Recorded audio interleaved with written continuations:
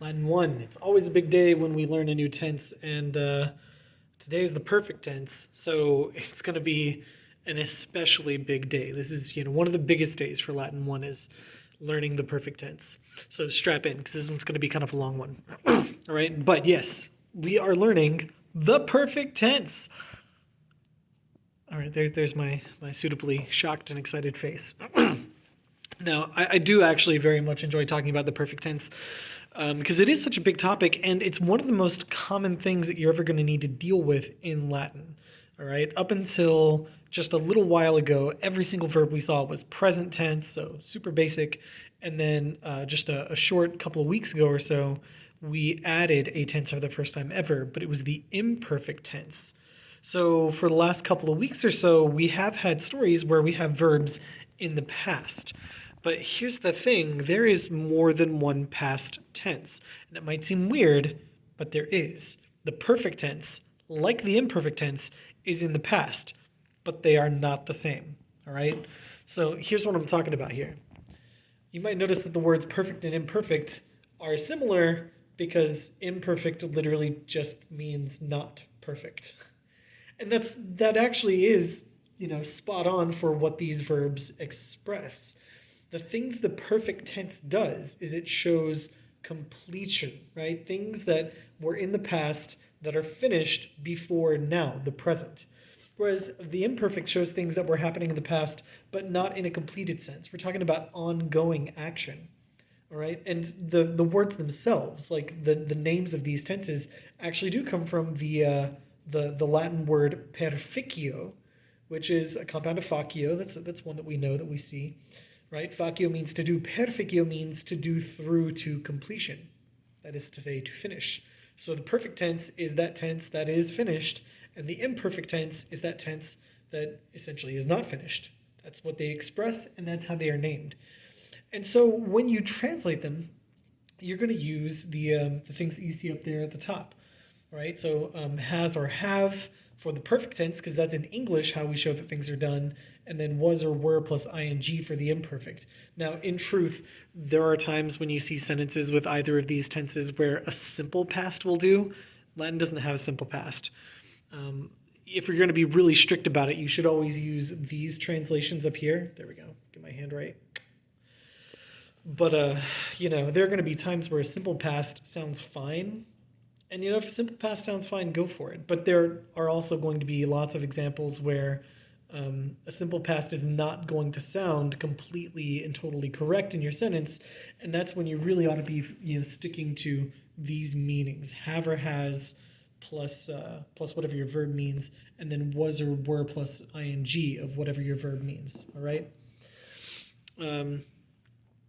And this actually gets at something a little bit bigger, and this is why this topic's going to be a little longer. So, right, like as we're talking about this, if a verb is going to express kind of this new, like almost this new component of meaning, which is that the action has been completed, you're actually going to need a new stem for this. Okay? This isn't just an ending issue like it was for the imperfect. When we learn the imperfect, we just learned a new addition to our endings. And that was enough to show that it was in the past and no longer just the present. But for the perfect, we're showing that it's in the past and that it has been done, that it's over. And the Romans have a whole new stem for this. So what really is going on here is that there are two systems of verbs. There is the present system, which is your ongoing or incompleted action, and there's the perfect system, which is the completed action. So the imperfect is incomplete in as much as the present is incomplete, right? Like if I was going to use the example of, let's just say doing, you can imagine the verb ago if you want, or faccio, it doesn't really matter, right? To use this in the present, we would say either I do or I am doing, something like that. You can even use do as a helping verb, which for this particular example makes the awkward situation of saying I do. I know, terrible, right? But any of those would be present tense, and they're all incomplete. They're all still happening when you say them. And so the past tense version of that incompleted action would be I was doing. And later on, we're going to learn the future tense, which should be I will do. All incompleted actions. But you can take that same, like tense framework of present, past, and future and express them with completed action. And that's where the perfect tense comes in. There's going to be a new stem that expresses that completion. And so the perfect, while it did happen in the past, our point of reference on it is actually now. It's the present. The things that are in the perfect are things that have happened before now. And I keep saying that there's going to be a new stem. Let me show you what that new stem actually looks like. It's going to be your third principal part, right? In the past, when I've shown you verbs, I've always shown you the first two principal parts. I've talked about, a verb like this one, which means to love, just as amo amare. And very oftentimes I will refer to this as amo or amare or amo amare, but it does have more than two principal parts. Actually, almost all verbs have four. Right now we want to be concerned with the third one, amawi, because that third principal part provides us the perfect stem. The perfect stem is slightly different from the present one. The present stem of this verb is ama. So if you were to conjugate it, you would have amo ama samat. You'd be using ama everywhere. Or if it were in the imperfect, you'd still use ama. It would just have a ba added to it, amabam, amabas, amabat, etc. But when you want to do this in the perfect tense, you have to use the third principal part. And so our stem is no longer just AMA, our stem is now AMAV. And you might be thinking, well, how am I going to know what the perfect stem is? Well, you're going to know by looking at the third principal part. If this is a new vocab word that's being introduced in some story or exercise we're working on, look in the vocab at the third principal part because it will be in there, all right? Or if it's not a new word and you just don't remember it, look it up in your dictionary. Your dictionary, before it gives you the definition of the verb, is going to have the principal parts in there. It's the first thing you see. That's why whenever you look up a verb, you always have to look it up based on however the first principal part is spelled. But that's not the only one in the dictionary entry. All four of them, if there are a full four, are going to be there. So you look it up and you can see what the third principal part is. Here's the thing, the third principal part's not always going to look the same. A lot of them do look like this. A lot of them end in V, but they don't all end in V. And here's the really wild thing is it doesn't really matter what conjugation it's in. You use the third principal part no matter what it is. There are patterns that show up, especially with first conjugation verbs like this. They tend to end in V. That's why there's so many V's. But there's a whole bunch, and I went ahead and put a bunch of examples up here on the board behind me. You may have to close up to see some of these because I put so many. But yeah, a lot of them end in V, but they don't all end in V. A lot of them end in U, like timeo there. Especially a lot of second conjugation verbs have a U at the end of their perfect stem. So you can see the third principal part of timeo is timui, all right? But like I said, seconds don't always have a U at the end of their perfect stem. Maneo is also a second conjugation verb. But as you can see, an S is added to this one. The perfect is mansi. And so that means if you conjugate it in the perfect, you have to have M-A-N-S for all of those forms. And you'll notice that, like I said, there's just like a lot of ways that this can happen. V is real common, U is real common, S is real common, X is real common. Another verb that we've seen in our textbook already is to drag or pull, traho trahare. Third principal part here is traxi. So if you want to say, I have dragged, you would say traxi, and anytime you use it in the perfect system, you have to have T-R-A-X, all right? There's a bunch of verbs that do that.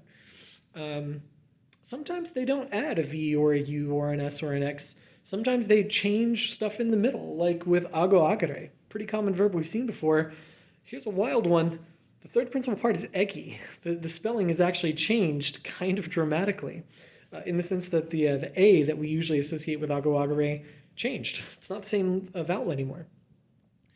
Or you might get a verb that does reduplication, like run. It's another real common verb we've seen a bunch, right? You can see down here, the third principal part is kukuri. It added a syllable to the front. There are a handful of verbs that do that, and then there are some that just look wildly different, like sumesa, most common, most important verb you're ever going to learn. Perfect stem is fui, or the third principal part is fui. The perfect stem is fu. So anytime you want to say I have been, you have been, you're going to have fu as your stem, and then the perfect endings after that. Even crazier maybe is ferro, where the perfect stem starts with the T. Ferro, ferre, tulli. It's not me writing my F's messy. That's actually a T. It's real dramatically different. And of course, there's some verbs that aren't different at all. The one I put down there at the bottom, respondeo. It's a verb we've seen before. It means to respond. It's a verb that's pretty easy to, translate because it looks just like in English. But you'll see the perfect stem there is respondi. Third principal part literally is just one vowel different, and that vowel is only in the ending. So there are a lot of ways that the stem can look, but don't panic. Just look it up and see what it is, all right? And a lot of these are close enough to the present stem that I don't think they're going to trip you up. But if they do, look it up in your dictionary, okay? Use your reference materials. Now, those are the stems. Now, of course, we know that with verbs, we have to have a stem and an ending. And several videos back, several weeks ago, I posted a thing about, your present tense endings. And then for the imperfect, I showed you the bomb, boss, bot endings. The perfect has its own set of endings. And I have these bad boys over here. You probably saw them in some of these shots already. The endings are a little different, not completely, but they're a little different than the other tenses we've had. You don't get an O or an M in the first person, you get an I. That's actually the I that you see on the end of the third principal part is actually this letter I. In the same sense that amo means I love, amawi means I have loved. And then this I at the end, it's not actually part of the stem. Everything in front of the I is the stem. And then this I gets replaced by all these other endings. So if you wanted to say you have loved, you would say amawisti. He or she has loved, amawit. We have loved, amawimos. You all have loved, amawistis. They have loved, amawerunt. You want to pay close attention to this one because there's no I in it. So if you spell amawerunt and you put an I in there, you've done something wrong. In fact, why am I just saying this? I could just show you, because I did actually write this out.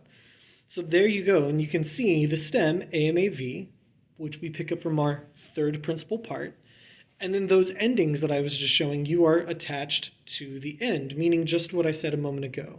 So we have I have loved, you have loved, he, she, it has loved, we have loved, you all have loved, they have loved, right? And if you wanted to see this on the verb, I did put one more up here. I used the irregular verb sum on this one.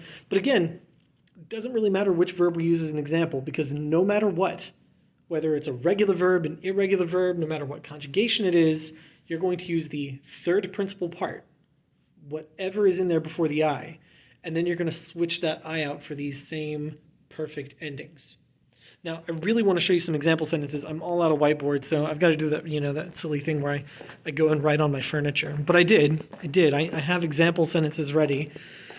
And of course, like they so often are, they're about my cats, all right? And, the nice thing about writing on the cabinet here is that the doors make a convenient place to contrast the imperfect versus the perfect, so that we can see the difference between continuing action and completed action. Like, up here with, my cat Leia, what it says on the side closest to me here is Leia was playing above the toilet, all right? I've got my imperfect verb over here, present stem from ludo ludere, to play, and I've got my BA and my third person singular ending. She was playing, all right? And I'm saying that because this is something that she was doing in the past over time, or the imperfect, of course, can also express something that happened regularly in the past. So this could actually be taken either way, because she was playing above the toilet over time. Also, she used to play above the toilet. I mean, this is also a thing. Like, she just, did it in the past over and over again. It's not a one-time action. And I'm contrasting that here to this sentence in the perfect. Leia did fall into the toilet, all right? Or I guess if we're being super literal, we would say Leia has fallen into the toilet, and boy, she has. You can also use did, though, if you want to use that, because it's still expressing a thing that happened in the past that is completed before now. So Leia was playing above the toilet, imperfect. Leia has fallen, or Leia did fall into the toilet, perfect. Okay? Similarly, right? This is about the boy cat, Luke, her brother. Here it says Luke was devouring a spider, or Luke was eating a spider, all right? Something that happened over a short period of time. In the past, ongoing action. Luke has vomited. And yes, he did. So, yeah, this is what happens. This is what happens when you get kittens. So, yeah, right? Contrasting again something that happened over a period of time and was ongoing versus something that happened and is over. Okay? Now, you can have sentences that actually include multiple tenses, that include both of these tenses. It's not to say ever that a single sentence has to be all in one tense or all in another tense. So, like, take this one down here again, like right by my head. What it says is, I was reading a book. So there's my past tense action that was ongoing, and got up, perfect tense. I got up, I did it, it was over. I got up and I began to clean cat vomit. All right. So I've got the thing that was happening in the past over a period of time and was incompleted. In this case, it was literally incompleted because I didn't get to finish reading my book. Instead, I got up and began to clean cat vomit, right? And for that matter, you can even use these past tenses even in a sentence that has the present tense in it. It depends on what ideas you're trying to express. So if we look at this one over here, it would say, I love my cats. Present tense. That's ongoing now. I love my cats, even if they were biting my feet through the night and have often fallen in the toilet. I've got one sentence there with all three tenses because I'm expressing legitimately three different things. Present tense ongoing, past tense ongoing, and something that is not ongoing, but in fact completed before now, something that's already happened and is over with. So I know that's a lot. This is by far the longest video I've uploaded for you guys, but this is also the perfect tense, and it's always a big day when we learn the perfect tense. I'm putting this up now because for anybody watching this at about the time I post it, Latin 1 is about to read chapter 18, which has a few of these slipped in, and then chapter 19 is when the book is actually going to really delve into this topic for real. So it's coming up real soon. Hopefully you're watching this real soon. But even if you're not watching it soon, hopefully it's jogging your memory on what you need to know about the perfect tense. All right. I'll talk to you guys later, Latin 1. Bye.